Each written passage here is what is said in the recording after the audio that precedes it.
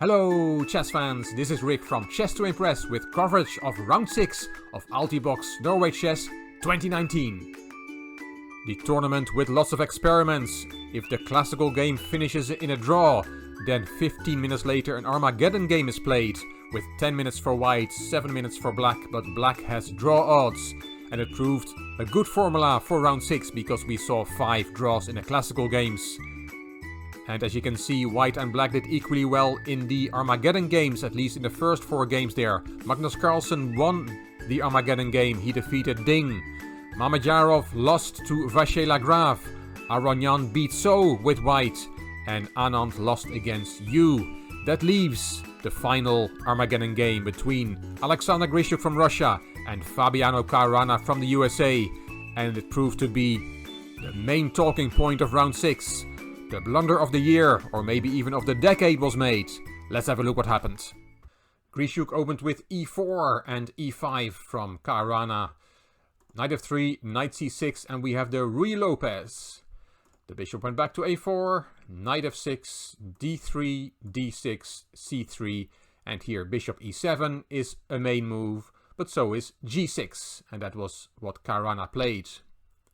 Here knight bd2 or castling are the main moves, but Grischuk chose h3.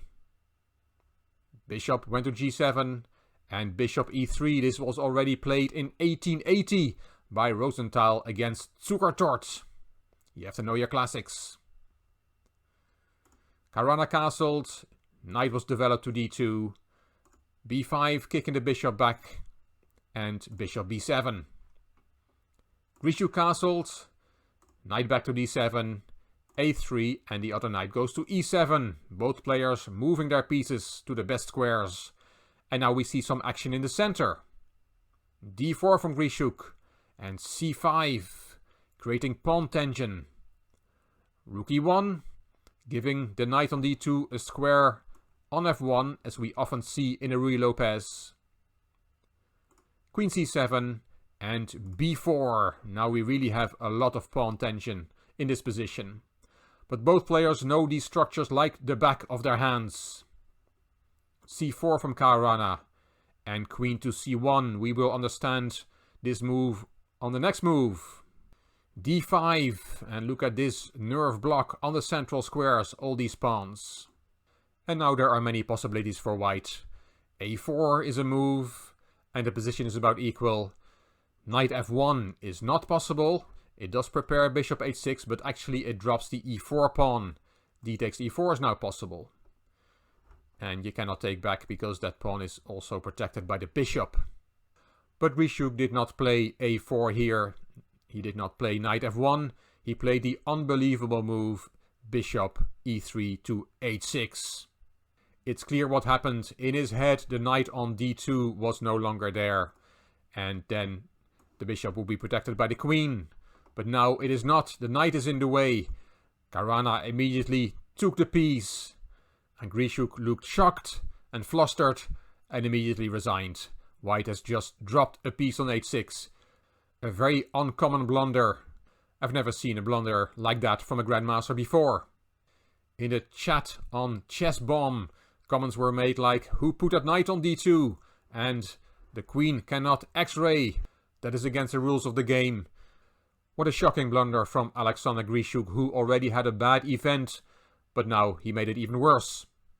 Here we see the drama in a few pictures. Grischuk playing bishop h6. Caruana taking the piece, and Grischuk reaction of shock. He immediately extended his hand in resignation. So black did well again. In 3 of the 5 games, black emerged victorious. And that has led to the following standings after 6 rounds. Carlsen still leads the way with 9.5 points. Yu was the outsider before the tournament started, and he is in a very good 2nd place. Aronian is 3rd, So 4th, Ding and Anand are on 5.5. Mamedyarov and Caruana have half a point less. Vacher Lagrave on 4.5, and Alexander Grischuk is at the bottom of the table.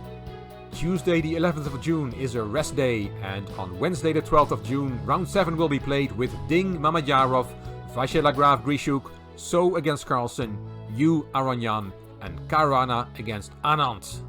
the clash of the last two challengers for the world title. I will be here after the round to tell you what happened. Hope you enjoyed the video. If you did, please give it a thumbs up. Please subscribe to the Chess to Impress channel and please leave a comment. I will read them all and I will reply to them all. If you liked the video, it would be great if you could share it on social media by clicking the share button on YouTube. This is Rick for Chess to Impress. See you for round 7. Thanks for watching.